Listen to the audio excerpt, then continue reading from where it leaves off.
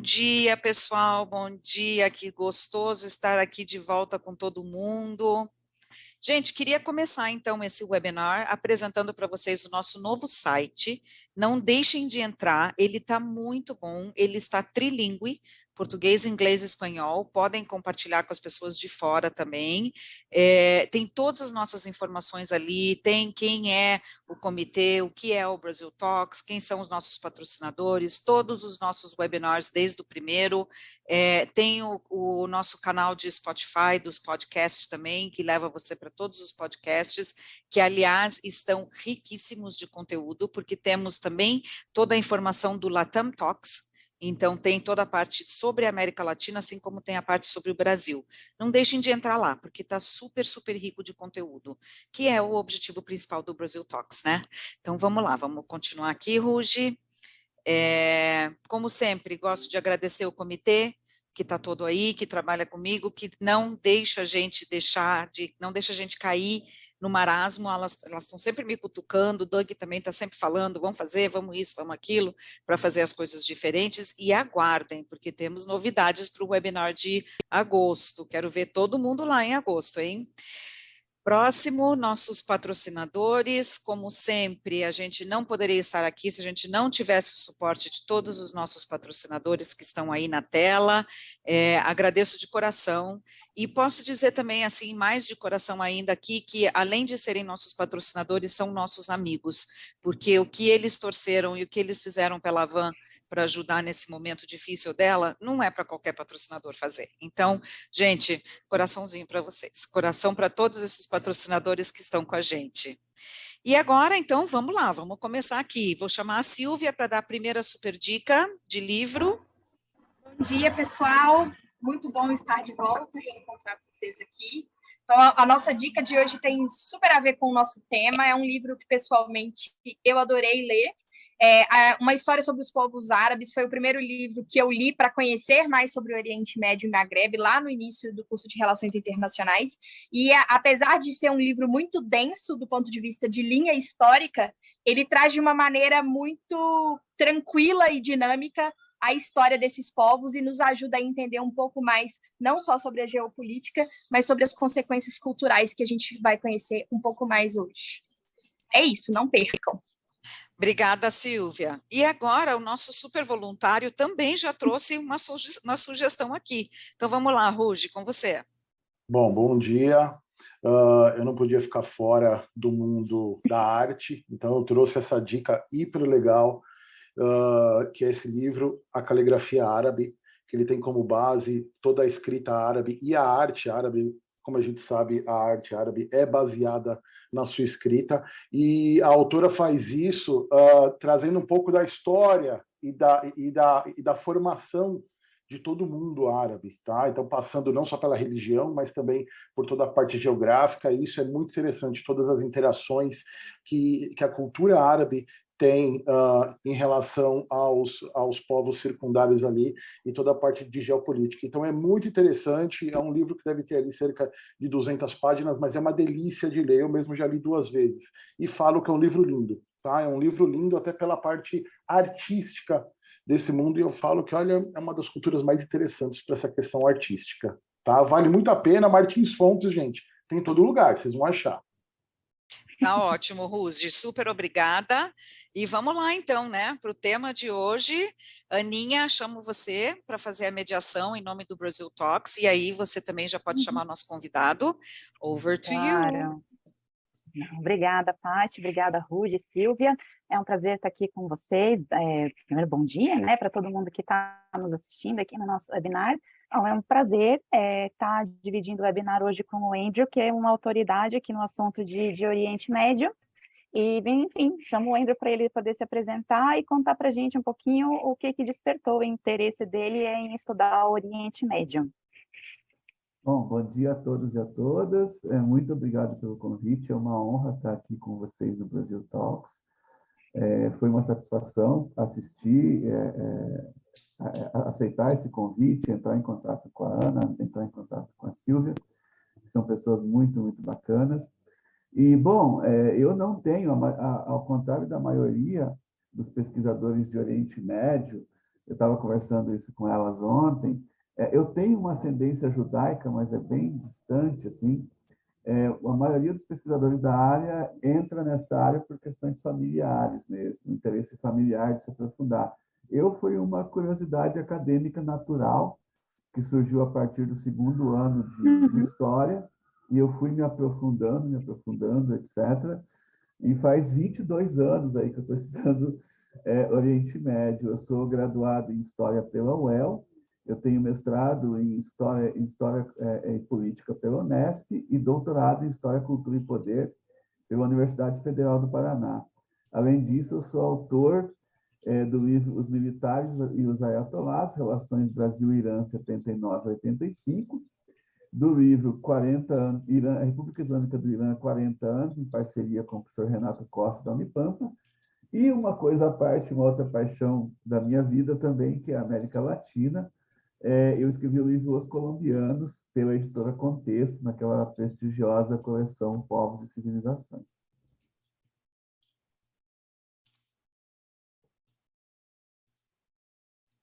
Devo começar a minha apresentação? Sim, por favor. Bom, Andrew, pelo que a gente conversou, é impossível falar sobre a formação do Oriente Médio desconectado da religião, não é mesmo? Sim.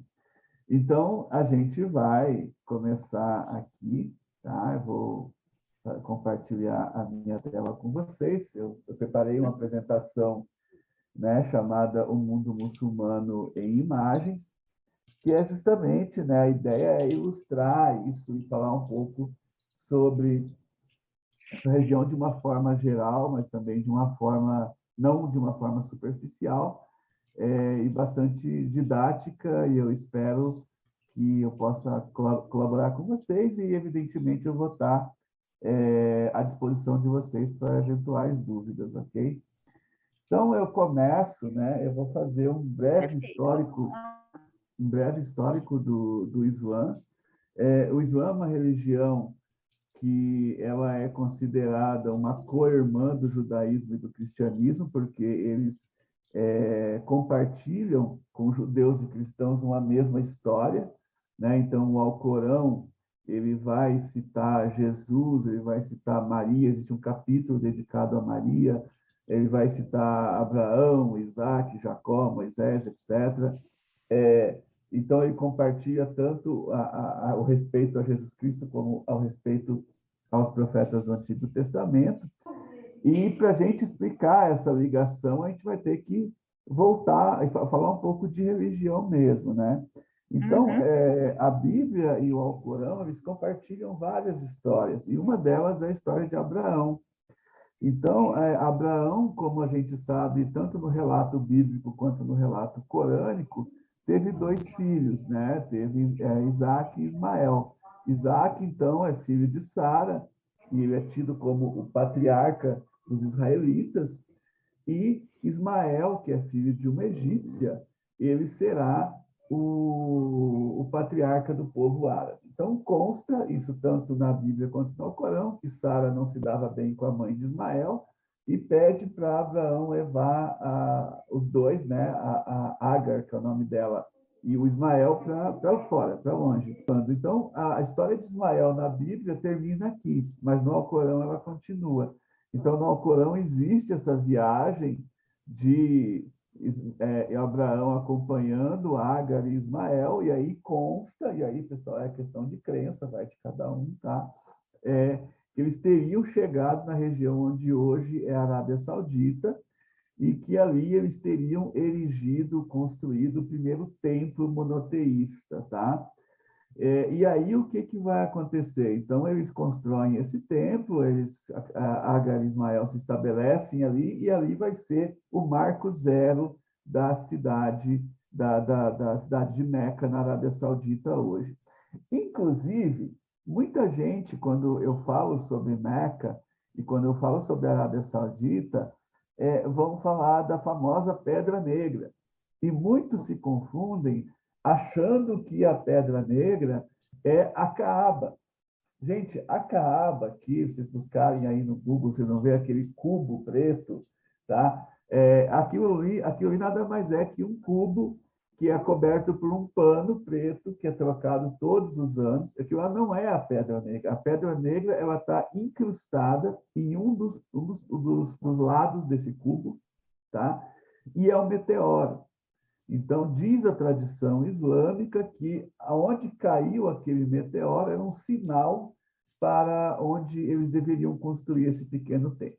Pois bem, o tempo passa, o tempo voa, e parece que esse monoteísmo acabou se perdendo. Meca se torna uma cidade politeísta e se torna uma cidade voltada ao comércio religioso, tá? Então, havia essa questão do comércio religioso muito forte na cidade de Meca. Meca vivia da peregrinação. Então, pessoal, uma dica para vocês: nunca diga isso que eu vou falar para o muçulmano, tá? Mas a peregrinação a Meca existia antes de Muhammad, tá? Mas se você disser isso para ele, ele vai ficar ofendidíssimo.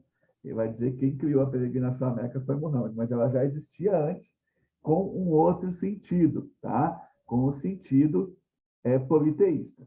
Pois bem, então Muhammad nasce ali naquela cidade. Ele era tido como um comerciante muito honesto, tanto é que ele vai prosperar muito na carreira, vai ganhar muito dinheiro. Ele acaba se casando com a sua patroa, com a Hadija, e eles têm uma sociedade muito próspera de caravanas de comércio pela Península Arábica. E quando ele ficou um pouco mais tranquilo de grana, quando ele tinha cerca de 40 anos, ele começou a diminuir o seu ritmo de trabalho e começou a poder se dar ao luxo, digamos assim, de fazer alguns retiros espirituais.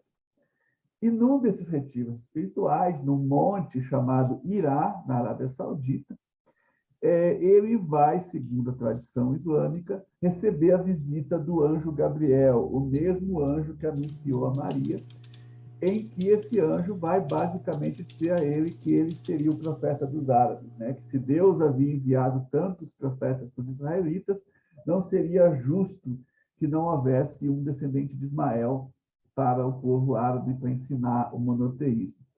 Pois bem, ele, a princípio, ele acha que ele está louco, que ele está tendo alucinações, ele vai contar para pouquíssima gente, para sua esposa Hadija e para mais 2 ou 3 pessoas, porque ele realmente acha que ele está enlouquecendo.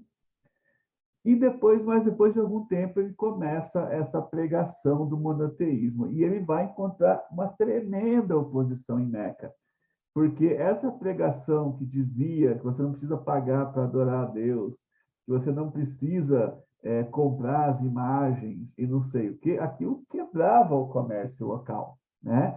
Então, ele começa a sofrer uma forte oposição e no ano de 622, ele é chamado para a cidade de Medina, porque, como eu falei para vocês, ele tinha essa fama de ser uma pessoa muito ponderada.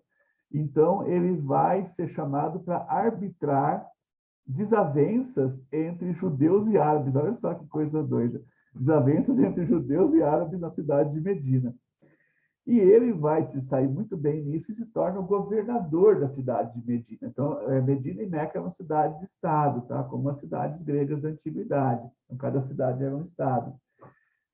E os mequenses, né? Eles vão mandar exércitos para combater Muhammad. Ele vai formar o seu exército também. E após cerca de 8 anos de batalhas, os muçulmanos acabam prevalecendo sobre os mequenses. E Muhammad volta, conquista a cidade de Meca, né, quebra todos os ídolos que estavam dentro da Caaba, dentro do cubo, e vai consagrar novamente a Caaba ao monoteísmo. Muhammad morre 2 anos depois, tá, aos 62 anos, e a partir desse ponto a gente vai ter a famosa divisão entre sunitas e xiitas. Tá?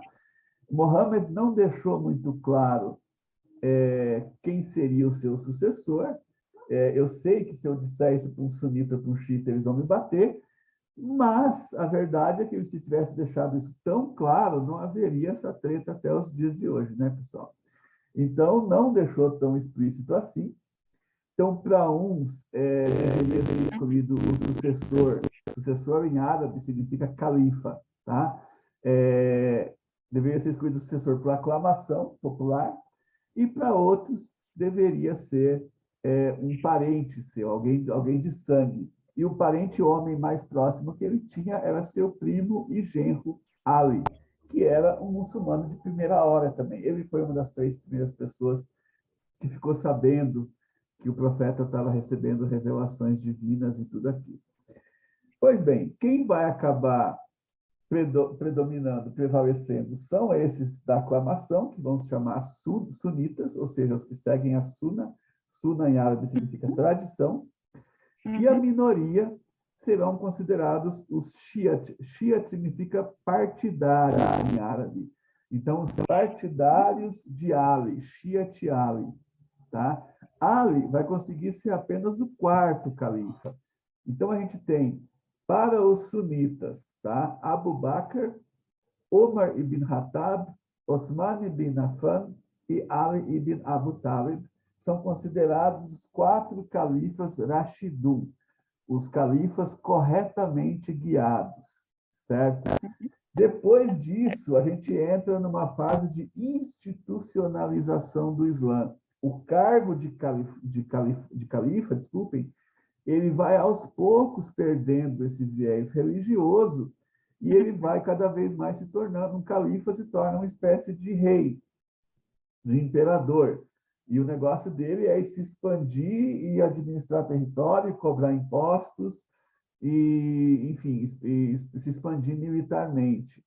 E é nesse momento então, que a gente vai ter essa grande expansão do Islã durante o califado omíada, tá? E esse califado é o momento, por exemplo, que a gente conhece, que no século VIII, os muçulmanos chegam à Península Ibérica, né? Onde eles ficarão durante 7 séculos entre Portugal e Espanha. E essa expansão é tão avassaladora que vai chegar até a Índia e as portas da China. E por que se deu essa expansão tão rápida, né? Basicamente, porque tanto o Império Persa quanto o Império Bizantino, que eram os 2 grandes impérios do Oriente da época, estavam em franca decadência. Então, eles estavam desgastados por brigas entre eles, e assim foi meio que fácil para os muçulmanos aproveitar esse cansaço que eles estavam de tantos anos brigando entre si e acabar conquistando esses territórios. Além disso, eles chegaram para os povos dominados por persas e bizantinos e eles cobravam impostos menores, eles davam uma redução de impostos para quem se convertesse ao Islã.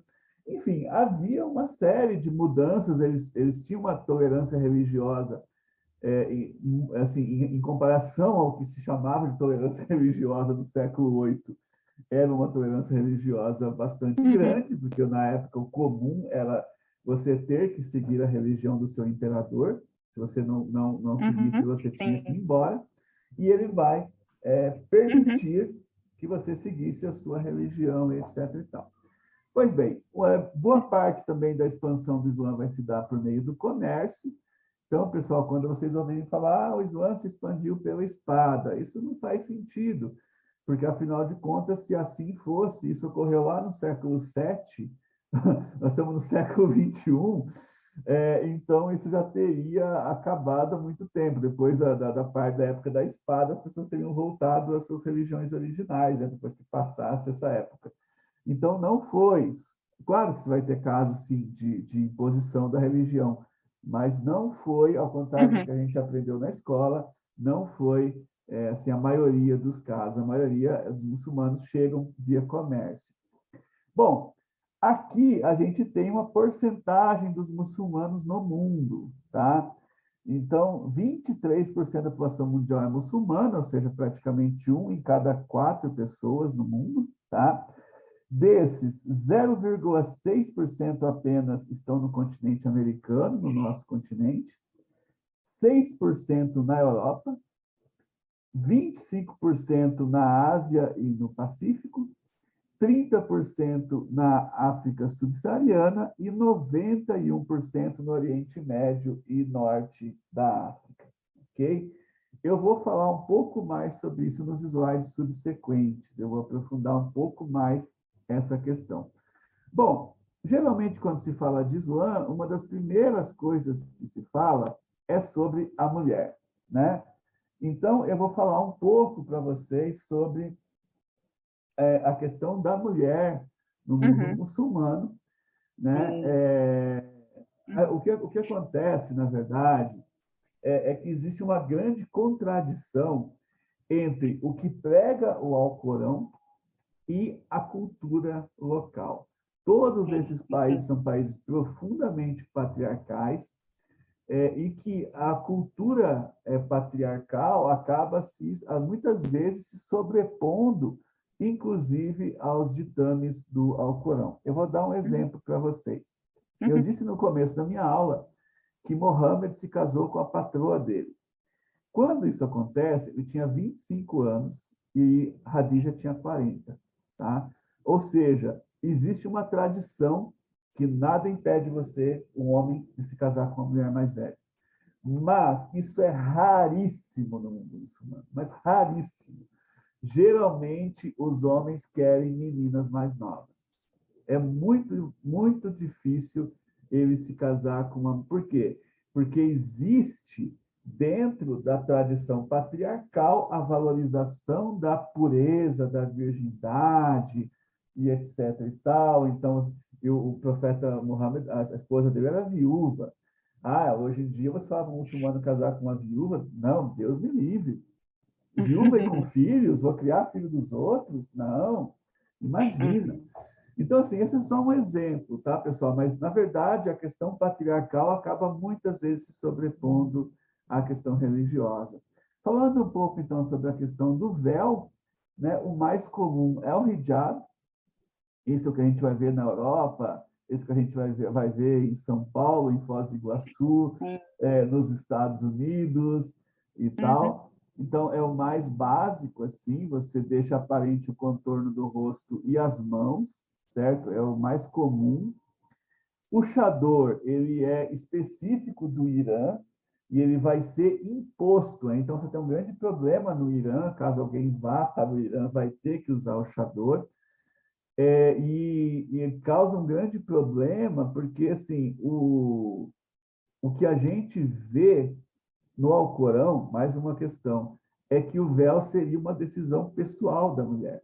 Se ela se sentir pronta para usar o véu e quiser usar o véu, ela usa. O problema é quando o Estado impõe isso. E isso ocorre em países como Irã, Arábia Saudita e Afeganistão. Nós temos uma imposição do Estado. Então, é uma questão bastante complexa que faz com que muitas mulheres tenham até uma certa rejeição ao Islã devido a essa obrigatoriedade, tá? Então, aqui é um hijab com uma capa por cima. Depois nós temos o niqab, e eu estou muito acostumado a ver pessoas achando que tudo é burca, não é, pessoal? Não é diferente. Então, o niqab é esse aqui, que é típico da Arábia Saudita, mas também você encontra nos Emirados Árabes, em Omã, em Bahrein, no Catar, que é esse véu que deixa a mulher com os olhos à mostra. E, por fim, a gente tem a burca, né? Que é esse que tem uma telinha e tal, que todo mundo ficou conhecendo a partir da ascensão do regime talibã. É importante ressaltar, eu estava conversando com as meninas ontem, que essas vestimentas são apenas obrigatórias em público, tá? Se você estiver dentro da sua casa, você não precisa usar o hijab perto de seus familiares, mesmo que eles sejam homens, tá? Familiares próximos não tem problema nenhum, certo? E também, especialmente nos países mais ricos do Oriente Médio, como os Emirados Árabes e tal, existem clubes para mulheres, existem shoppings para mulheres, existem ambientes preparados para que as mulheres possam nadar, enfim, ficar sem o hijab, etc. e tal. E também, eu estava conversando ontem com a Ana, né, como que o Oriente Médio é um dos maiores consumidores de produtos cosméticos, né, para mulheres. Então, isso é muito, se consome muito cosmético, justamente porque, não só para os olhos, como muita gente pensa, só fica o olho à mostra e tal, mas porque existe esses momentos em que a mulher ela está produzida, digamos assim, né? Não é o tempo todo que ela está usando o hijab, e as mulheres muçulmanas em geral gostam muito de joias, elas gostam muito de pedrarias e tudo isso. Então, isso é bastante comum você ter esse comércio muito forte de cosméticos. Quer falar alguma coisa, Ana? Então, eles têm uma representação por lá importante aqui para a gente da área de Global Mobility. Então, é bem importante estar muito atento a todos esses costumes que você está falando, porque, enfim, por baixo aí, né, de todos os véus, existe uma mulher executiva, existe uma engenheira.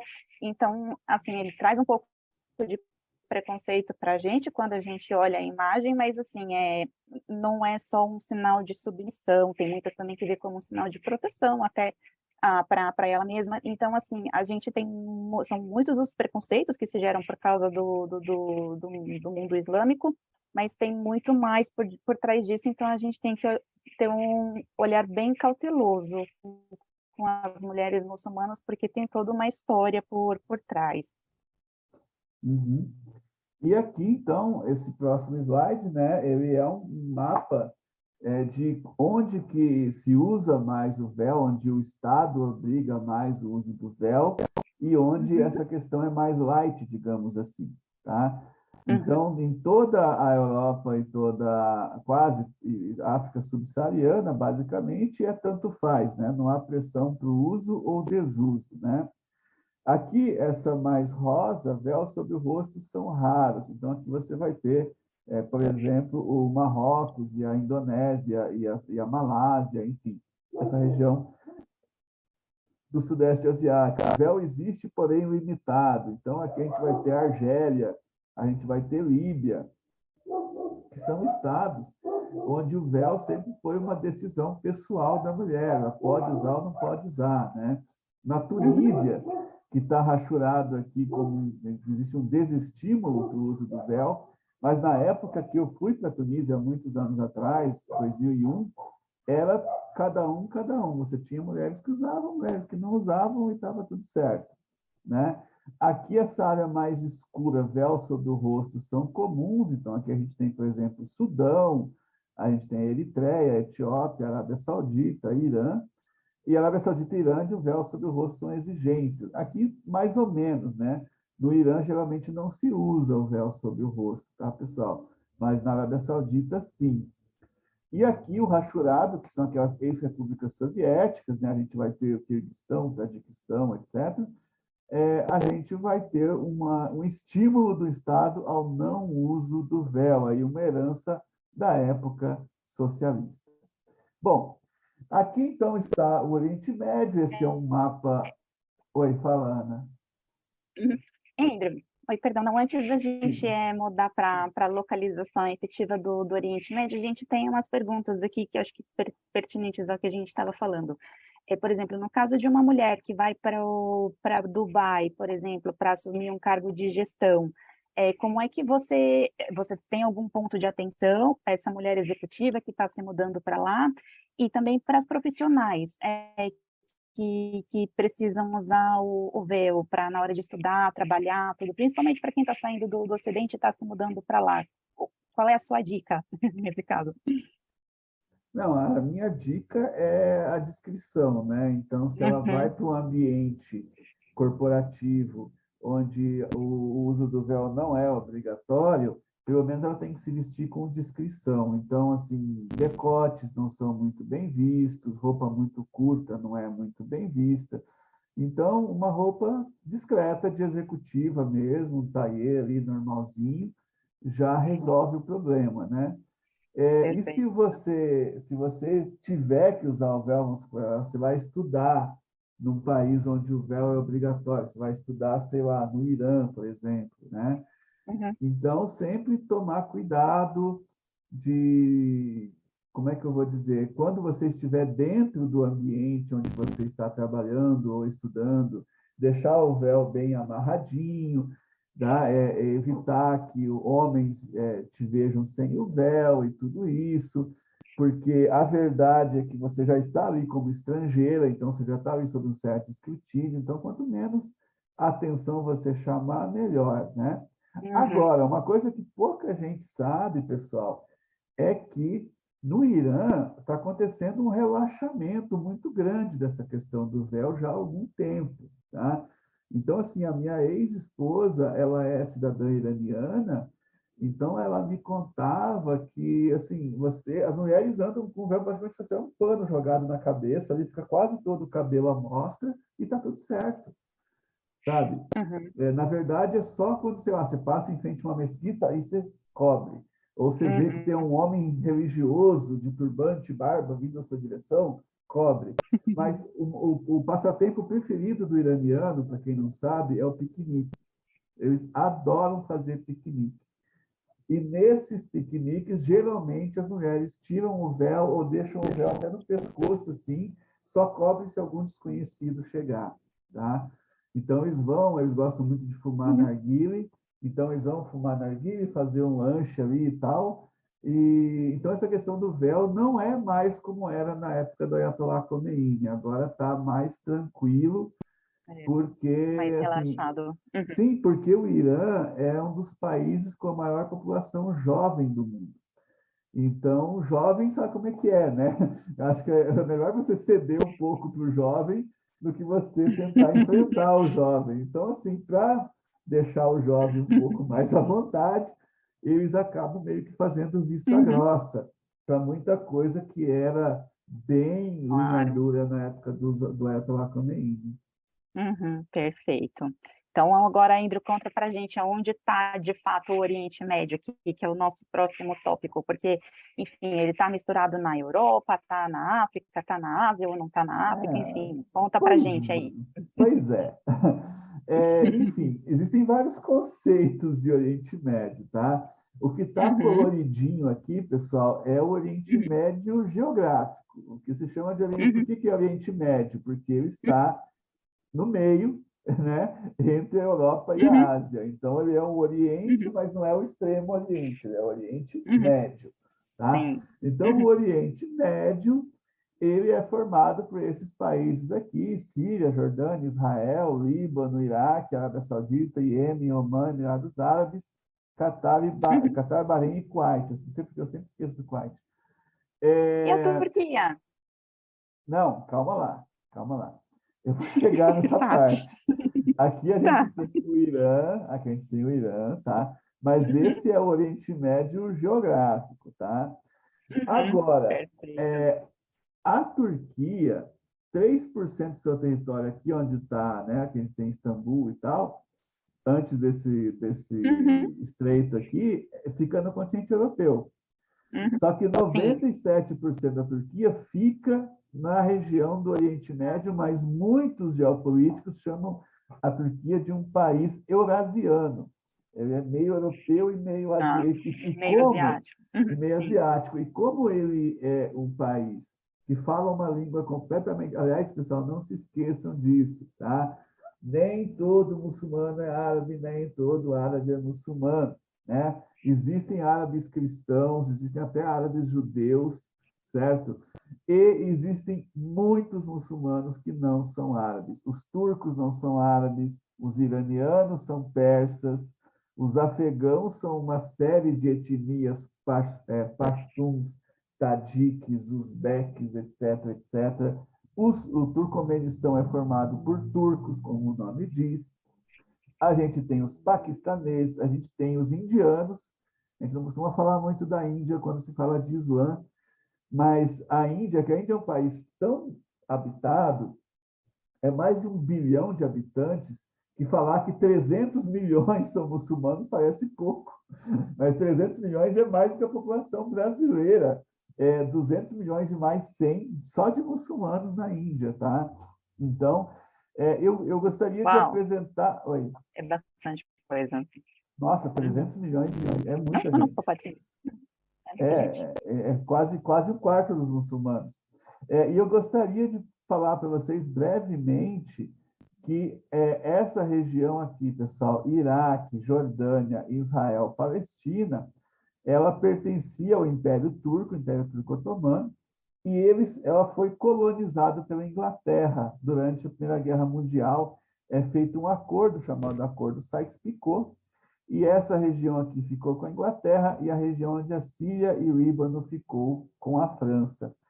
Essa região aqui, ela foi ocupada pelos turcos, mas ela jamais foi colônia, no sentido da palavra, como a gente foi colônia de Portugal, ou os Estados Unidos colônia da Inglaterra e etc. E o Irã também nunca foi colônia, foi dominado pelos ingleses numa época, mas também não no mesmo sentido. Então, tudo isso aqui para mostrar para vocês, por exemplo, uma das razões os quais essa região aqui é diferenciada. Por quê, pessoal? Porque antes da descoberta do petróleo, eu vou entrar no petróleo no próximo slide, antes da descoberta do petróleo na Arábia Saudita, essa região aqui, ela não era uma região de interesse para as potências. Tá? A gente tem que entender que o petróleo só se torna uma commodity atraente a partir do surgimento da indústria automobilística no início do século XX. Antes disso, o petróleo era usado para acender lamparina, basicamente. Você não tinha uma utilidade para o petróleo. Depois que o petróleo é descoberto, aí você vai ter a entrada de várias companhias petrolíferas chamadas Sete Irmãs, né? A antiga Esso, Texaco, Shell, British Petroleum, etc., etc., que vão começar a explorar o petróleo nessa região aqui. Tá?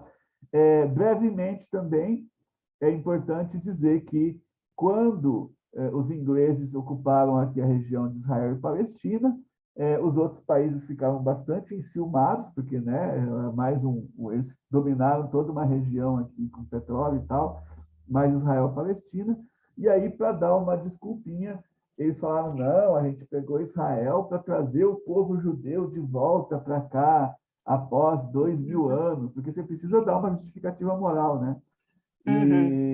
E aí, a partir disso, começa uma imigração judaica que estava fugindo dos russos, do antissemitismo russo e polonês na Europa, e eles vêm para cá, e, enfim, é uma região ocupada pelos árabes, começa a chegar um monte de judeu, e basicamente aí começa a treta que a gente conhece até hoje, esses dois povos que são obrigados a conviver.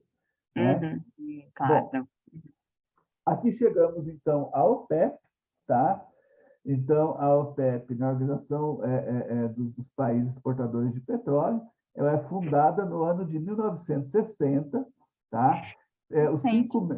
Os cinco membros fundadores são Arábia Saudita, Irã, Iraque, Kuwait e Venezuela, tá? Os 5 maiores produtores mundiais. A princípio, qual foi o porquê da OPEP, né? Basicamente, ela foi criada e reconhecida pela ONU como legítima representante dos países exportadores de petróleo em 66, quando ela muda a sua sede para Viena. Eu sempre brinco com os alunos, né? Você faz uma sede em Riad, ninguém liga, mas se você mudar para Viena, para Genebra, aí, opa, fica mais respeitável, né? Com certeza. Eles mudam a sua sede para Viena e aí são aceitos, mas basicamente era uma maneira dos países exportadores, uma resposta ao cartel das Sete Irmãs, né? Dessas 7 multinacionais, é uma maneira deles tentarem dialogar com essas 7 irmãs, manter um fluxo contínuo de petróleo para os países amigos a preços camaradas. Então, durante muito tempo, a Arábia Saudita, que liderava o grupo, sempre manteve a estabilidade do preço do barril devido às suas ótimas relações com os Estados Unidos da América. No entanto, em 73, a coisa muda um pouco de figura. Por quê? Porque a Arábia Saudita estava bem chateada com os Estados Unidos, que haviam abolido o padrão ouro em 1970. Isso leva a uma desvalorização do dólar e do comércio internacional, né? E aí a Arábia Saudita, instigada por novos membros que estavam entrando na época, a Líbia de Muammar Gaddafi, a gente vai ter depois, mais tarde, no final, o Iraque de Saddam Hussein e tal, Uhum. são países que queriam usar o petróleo como arma, né? Porque os árabes haviam sido derrotados por Israel na guerra de 48 e 67, e aí Uhum. eles falam, a única maneira de a gente vencer Israel é enfiando a mão no bolso dos caras, porque Petróleo. pelas armas a gente não vai conseguir. O que Não, Israel tem não, a ver com ainda isso? mais Israel, né, que é super desenvolvido, tecnologicamente, militarmente, é uma Militarmente, das sim. é, é a potência de Israel, né? Uhum, a inteligência, Exatamente. sim, inteligência militar. Exatamente. Então, o que Israel tem a ver com isso? Em 73 a gente teve a guerra do Yom Kippur, e a guerra do Yom Kippur vai ser, então, o estopim, né? Então, você teve o fim do padrão ouro em 70, e a Uhum. guerra do Yom Kippur em 73, que vai ser o estopim para esse embargo. O que aconteceu na época? O preço do barril quadruplicou, né? Meu mestrado foi sobre isso, pessoal, então disso eu posso falar. Meu mestrado foi sobre a crise do petróleo de 73. Então, o que foi que aconteceu aqui? O preço do barril quadruplicou. Na época, as sete irmãs fizeram mais escarcel, tipo, ai, que absurdo esses países se aproveitando e tal. Só que adivinha o que aconteceu? No fim das contas, como sempre, o preço final foi simplesmente repassado ao consumidor final, ou seja, Ah. nós. E, e a gente se lascou e as sete irmãs ganharam muito dinheiro, assim como a OPEP também ganhou muito dinheiro, tá? Estilo familiar, Andrew. Soa muito familiar, soa muito familiar. No fim das contas, quem paga o pato é sempre a gente, né? Uhum, infelizmente. Aqui a gente tem a região do Maghreb, né, que é uma outra região bastante importante aqui. Então, o Egito, ele faz parte etnicamente dessa região aqui do Oriente Médio, porque eles são árabes. Uhum. Só que essa região aqui, pessoal, é formada majoritariamente por uma etnia chamada Berber, tá? Então, vocês já devem ter ouvido falar dos berberes, dos beduínos, né? Com certeza vocês já ouviram falar em beduíno, aqueles povos que vivem no Saara e tal, Uhum. andando de camelo, com o rosto coberto por causa das tempestades de areia. Né? E por que eu estou falando disso aqui, pessoal? Qual que é a importância? A importância é que essa região aqui, a Líbia foi colonizada pela Itália, a Tunísia, a Argélia, o Marrocos pela França, e aqui a gente vai ter também uma colonização inglesa na Mauritânia aqui. E o que Uhum. acontece? Com o fim do colonialismo após a Segunda Guerra Mundial, os acordos de independência com esses países têm uma cláusula da qual os habitantes daqui ganham cidadania dos países que os colonizaram. Por quê? Porque a França, por exemplo, que colonizou a maior parte do norte da África, estava destruída pela Segunda Guerra Mundial. Então, eles precisavam de mão de Uhum. obra barata para reconstruir o país.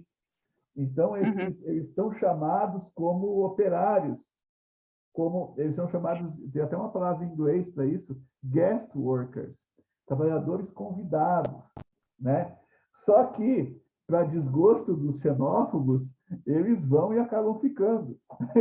Não é que a ideia é que eles ficassem, erguessem, reconstruíssem a França e voltassem para casa. Mas é óbvio que eles acabam gostando, né, de morar na França e tal, acabam tendo filhos e lá, constituindo família, acabam ficando. Mas eu estou dizendo isso muito por causa da questão da xenofobia, da islamofobia na Europa, é uma questão muito séria. Apesar de que, a meu ver, é uma questão exagerada. Eu já disse a vocês, lá no começo da minha aula, que os muçulmanos constituem apenas 6% dos europeus. Então, 94% dos europeus não são muçulmanos. E a maior população muçulmana é a francesa, com 10%. Então, assim, não tem tanto muçulmano quanto aparenta. E eu estava conversando isso com a Ana e com a Silvia ontem. Eu falei, olha, dá essa impressão que tem muito mais muçulmanos, porque eles são aparentes, né? Você vê as mulheres de véu, chama a tua atenção. Você vê um homem barbudo, chama a tua atenção. Mas, numericamente falando, não são tantos muçulmanos assim, tá? E a França também, nesse sentido, é um país muito chato, tá? E aí, deixa eu puxar a sardinha para minhas origens históricas aqui. Eu sou filho de americana. E aí, como é que é o americano? Isso é uma coisa que a minha mãe sempre me ensinou. Nos Estados Unidos, se você quiser pintar o cabelo de verde, pendurar uma jaca no pescoço, você faz o que você quiser, desde que você pague seus impostos. Tá? É basicamente isso. Na Europa e na França, não é bem assim. Né? A França quer que você está morando aqui, você tem que virar francês. Então, eles querem que a pessoa, eles chamam de assimilação, mas eles querem, na verdade, que a pessoa abandone suas raízes culturais, que a pessoa deixe de praticar sua religião. E isso é muito complicado. Por isso que acaba gerando também muitos conflitos. Eu não estou dizendo que os muçulmanos não têm culpa. Eu acho super errado ver muçulmanos criando guetos só de muçulmanos na França, na Inglaterra, em Portugal, né? Uhum. É óbvio, aí tem bairros ali em que o dentista dele é muçulmano, o açougueiro dele é muçulmano, o advogado dele é muçulmano. Isso gera um ressentimento. Você está morando na casa da pessoa e você não quer nada daquela pessoa. Fica pensando, não, eu só quero o teu dinheiro. Só isso. Eu entendo que isso estimule o ressentimento, mas isso também não justifica você ter políticas de Claro. islamofobia, Uhum. como a gente viu depois da guerra da Síria com a chegada dos refugiados. A gente teve casos na Alemanha de pessoas incendiando albergues com refugiados dentro. Então, assim, uma coisa não acaba não justificando a outra. Eu acho que tem erros dos dois lados nessa história, e a gente tem Uhum. que ver isso com parcimônia. Ó, usei uma palavra bonita agora, Claro. parcimônia. Claro, claro, não. A gente tem uma pergunta aqui, Andrew, rapidinho, assim, Pode mesmo com falar. as, da Carolina Rodrigues, mesmo com as migrações expressivas de refugiados para a Europa recentemente, a gente continua com essa baixa porcentagem de árabes muçulmanos na Europa? Continua. Desculpa quem fez a pergunta. Carolina Rodrigues. Carolina, a gente continua, sabe por quê? Porque o grosso dos refugiados ficou na Turquia, tá? Foi feito um acordo entre a Alemanha e a Turquia, porque a Turquia recebeu não sei quantos milhões ou bilhões de euros para segurar os refugiados ali, porque a gente se Uhum. lembra que quando houve a guerra, é, houve uma coisa meio que descontrolada, né, dentro da Europa ali, e a gente viu alguns episódios muito lamentáveis em países como Hungria, como Uhum. Polônia e tudo isso. Sim. E Uhum. no começo a Alemanha, com a Angela Merkel, permitiu a entrada dos sírios e tal, mas depois isso começou a causar muito incômodo na população Na em geral, população. Uhum. né? E aí Uhum. eu gostaria de fazer um gancho. Pessoal, ocorreram vários casos na Alemanha, infelizmente, que acabam dando argumentos para essas pessoas. A gente teve vários casos de mulheres alemãs sendo assediadas por sírios, por turcos, etc.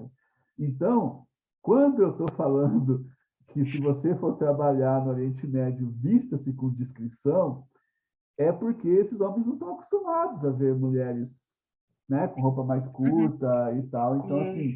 assim, Uhum. aqui a gente entende como, sei lá, tá calor, né? Lá eles entendem que você está dando bola para eles.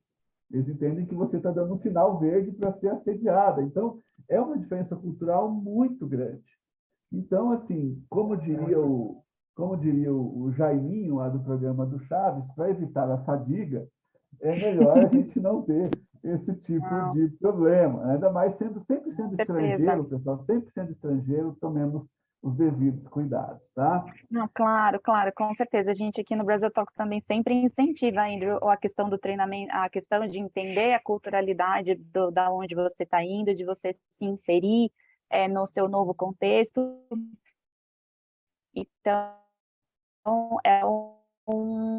é uma das coisas que o Brasil Talks sempre bate bastante corporal, entender a necessidade e a importância do treinamento intercultural antes do expatriado estar se mudando de um lugar para o outro. Porque se aqui a gente que é vizinho da América, entre Brasil e Argentina, já é diferente, imagina uma mudança dessa magnitude, né, de sair do Brasil para você ser uma executiva, seja em Dubai, seja enfim, na Arábia Saudita, acho um pouco mais complicado, mas enfim, né, pode acontecer, ainda que você esteja acompanhando o seu marido, enfim, numa expatriação, os cuidados são essenciais justamente para evitar você ser mal interpretado e causar um desconforto sem necessidade. E, aliás, por falar em diferenças culturais, deixa eu falar uma coisa. Eu tenho um amigo que era executivo do Banco Santander e ele ganhou uma viagem para Dubai, um prêmio que ele ganhou do banco. E só que ele cometeu uma gafe terrível que ele quase foi preso. Por quê? Porque as pessoas tendem a achar que Dubai é o Ocidente, você pode fazer o que você quiser em Dubai. E o que esse camarada fez? Ele saiu na rua de madrugada com uma lata de cerveja na mão. Gente, o estrangeiro, ele pode beber em Dubai, mas existem lugares para isso, especialmente bares de hotel. Ali você pode beber, existem lugares. Você não pode sair bebendo na rua em Dubai, tá? Então fica a dica, pessoal. Não saiam por aí exibindo seu latão na rua, porque você vai ser abordado pela polícia, tá? Então, existe alguns lugares onde os ocidentais têm muita liberdade, mas são lugares específicos para ocidentais. Eu tenho uma ex-aluna que ela é comissária de voo da Emirates. Então, ela vive em Dubai. Mas, assim, e aí ela posta foto na academia, na piscina, etc., mas é onde está a galera da Emirates. E as pessoas, eles confundem e acham que Dubai é o oba-oba, entendeu? E não é bem assim. Quando você for lidar com os nativos, você tem que ter um certo cuidado, tá? Então, interessante. Outra coisa que as pessoas não sabem, não é muito bem visto no Oriente Médio o homem usar camisa regata, tá? Então, camisa regata também não é muito... Até porque o calor lá é diferente. Se você usar... eu estava vendo essas matérias sobre a onda de calor na Europa, né? E estavam falando, o calor do Brasil é mais úmido, mas o calor no mundo árabe é muito seco. Então, se você usar a camisa regata, você vai se queimar, gente. As pessoas usam manga comprida na Arábia Saudita, não é pela religião, é para não queimar a pele, é por necessidade mesmo, porque o sol lá é uma coisa de maluco. Eu já estive na Arábia Saudita. É um negócio de doido. Se você não cobrir os braços mesmo, você queima a sua pele. É um negócio doido. Andrew, a gente até tem um comentário aqui da Mariana Mello, que mora em Dubai, e ela está dizendo, mesmo em residência, é preciso ter licença para consumo de bebida alcoólica. Então, mesmo para quem mora lá. Deixa eu só interromper um pouquinho aqui, Andrew, estou um pouquinho preocupada com o nosso tempo, porque o nosso tempo termina ao meio-dia, e são 11h59, pois é. Então a gente exato. pode terminar. Não, mas a gente queria que você pelo menos fizesse um wrap-up para a gente aí, porque não vai dar tempo de falar tudo que a gente tinha. Já tenho gente aqui me pedindo uma segunda edição.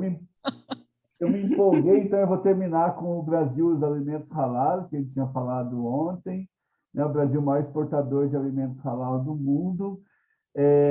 Então, é uma forma especial de você abater o animal, né, por meio do sangramento do animal, e você precisa ter, o animal tem que estar direcionado para Meca, tem que ter uma oração especial antes de sacrificar aquele animal, e as empresas brasileiras, né, os grandes frigoríficos se adequaram a isso, e o Brasil já faz uns 40 anos já que o Brasil é um dos grandes líderes, começou com exportação só de frango, e hoje de todos os tipos de carne, evidentemente com exceção da carne suína, né, pessoal? Carne suína não pode. Mas, pessoal, então, deixa eu wrap up aqui. Foi um prazer estar com vocês. Se vocês quiserem marcar uma segunda vez, eu prometo que eu vou falar um pouquinho menos. Eu me empolguei, mas foi um prazer estar com vocês. Espero que vocês tenham gostado. E talvez, se tiver alguma pergunta, a Ana pode me repassar as perguntas depois, eu posso responder a ela passa para vocês. Muito obrigado pela atenção de vocês, pessoal. A gente que agradece, Andrew. Realmente foi uma aula, para mim, pelo menos foi, e achei muito interessante. Como eu falei, já tem alguns pedidos aqui para a gente fazer uma continuação. Vamos ver se a gente consegue agendar, então, já que você se dispôs, a gente vai aproveitar, né, a tua boa vontade aqui com a gente, e fazemos um Oriente Médio 2 para poder continuar. E agradeço de coração. De verdade, Andrew, para mim foi assim muito bacana. Eu estive em Dubai, ali no Catar, esse ano no começo de março, então realmente muita coisa que você trouxe caiu para mim. Eu deveria ter tido essa aula antes de ter ido para lá, mas nunca é tarde para a gente aprender, né? Foi muito, muito bacana, te agradeço. Aninha, agradeço aí a mediação, foi muito boa. Aqui temos, então, o contato, né, da Ana e do Andrew para a gente, e fico feliz de saber que você participou da UFPR, Andrew, porque eu sou curitibana, estou baseada em Curitiba, então bom saber que a UFPR está investindo, né? Muito, muito interessante. Você mora em Curitiba? Eu moro em Curitiba, estou aqui em Curitiba hoje. Que legal, eu moro em Santa Felicidade. É mesmo, eu moro no Bacaxiri, aqui na frente da Ordem Rosa Cruz. Bacana. Que bacana mesmo. Aí, ó, estamos nos encontrando, ainda vamos tomar um cafezinho junto para você me falar mais. Pessoal, muito obrigada mesmo. Queria falar para todo mundo que em agosto temos no dia 18 de agosto já agendado o nosso próximo webinar. Vai ser super interessante, vai ser sobre... não vou contar, não vou dar o spoiler completo. Só vou dizer para vocês, não faltem, porque além do tema ser super interessante, vou dar só um spoilerzinho, é sobre tributação de remote workers, hein, gente? Presta atenção aí no tema. E a gente vai estar trazendo também uma novidade no nosso formato de webinar. Então, conto com todos aqui para a gente, no dia 18 de agosto, estarmos juntos novamente. Queria agradecer, só para encerrar aqui, nossos patrocinadores de novo. Sem eles, a gente não poderia estar aqui. Então, muito obrigada de coração para todos e nos vemos no dia 18 de agosto novamente. Um abraço para todos e um excelente fim de dia aí para quem está começando no fim do dia. Obrigado. Tchau. Obrigada, tchau.